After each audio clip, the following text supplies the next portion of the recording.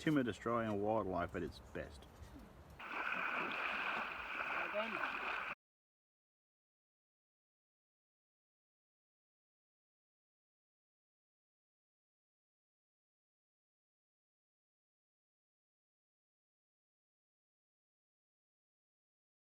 Hi guys, it's Mike here from KS Bushcraft Down Under.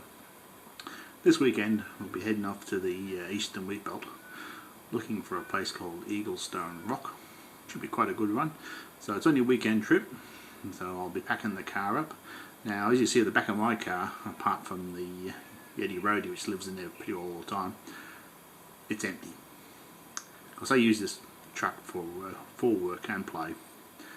I don't really have the luxury of having a vehicle packed all the time, which I used to do, but the registration cost and the insurance just got out of hand.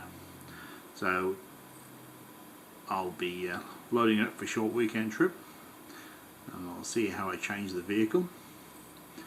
So I don't like guys that drive around, with max tracks and all this gear permanently hanging off everywhere. One, it invites trouble, and it just ruins your gas mileage anyway.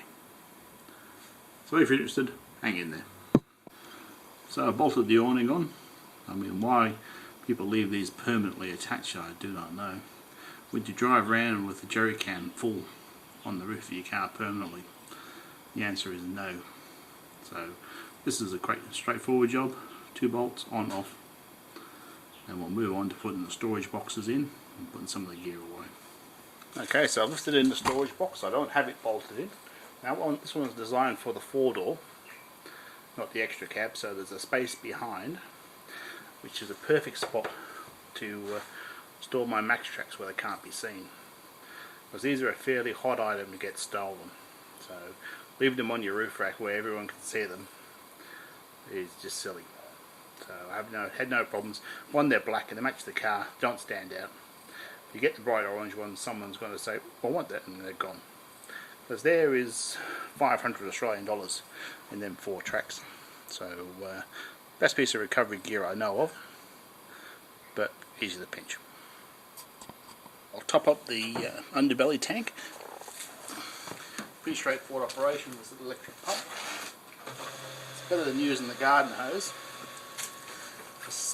Unless you've got drinking grade garden hoses, it'll taste just awful.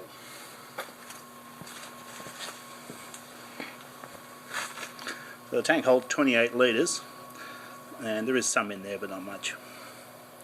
So this will see me through the weekend anyway. So it's easy to tell when the tank's full, it just overflows from the top. Well guys, we're into the home stretch now. So my Pelican cooler's in. Now someone will ask me why I haven't got my ARB fridge in the back, and the answer is the trip's too short.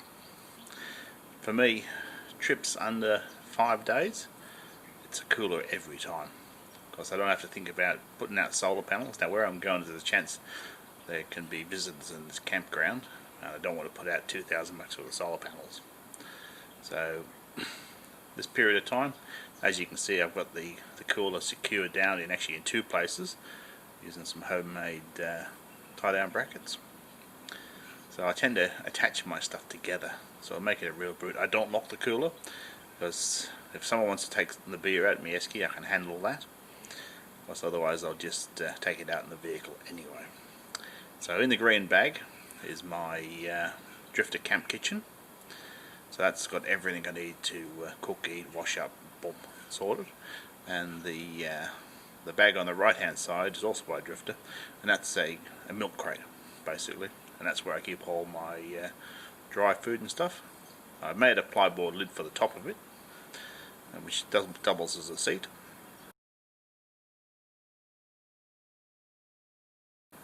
And behind that is a pile of kindling that I've cut, so I collect some firewood. I'll buy it, not harvest it from the wild. So you can guarantee where I'm going, it's already taken anyway, and I'm not cutting down living trees. So in the storage box in the back of the ute, I've got the tent, I've got a couple of seats, recovery gear, tow rope, all the usual bits and bobs, and that's nice and watertight.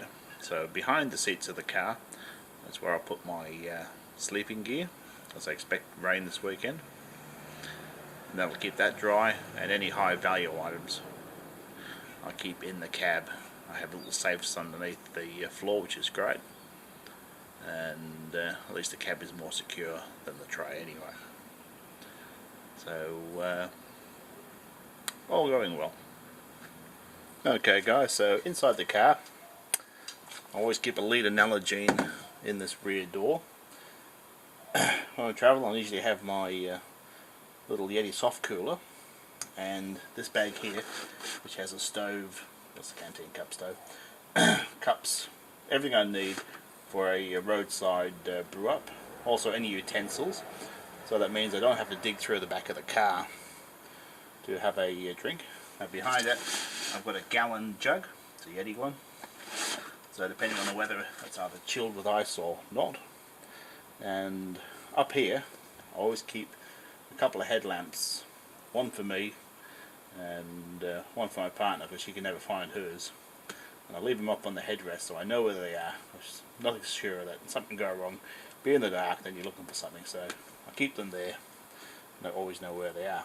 Now I've got the extra seat covers on in case there's any accidents, or you're filthy dirty, can't wash. It's much easier to clean them than the canvas overlay seats. So at the back I've got a swag, so I keep that in the dry, and basically on top of this lot we'll just go light bags of clothes, so nothing heavier above this level, and preferably any lethal down low. In case of an accident you don't want to be getting clocked by anything leaping out of the back. And on the far side, which I think the camera can see the yellow bag, that's my additional tool bag, so that goes in for trips. And that about sums it up. I'll roll some footage of the weekend trip. I'm actually filming this out of water, because some of it didn't turn out, and hope you enjoy some scenery. Anyway guys, thanks for watching, bye for now.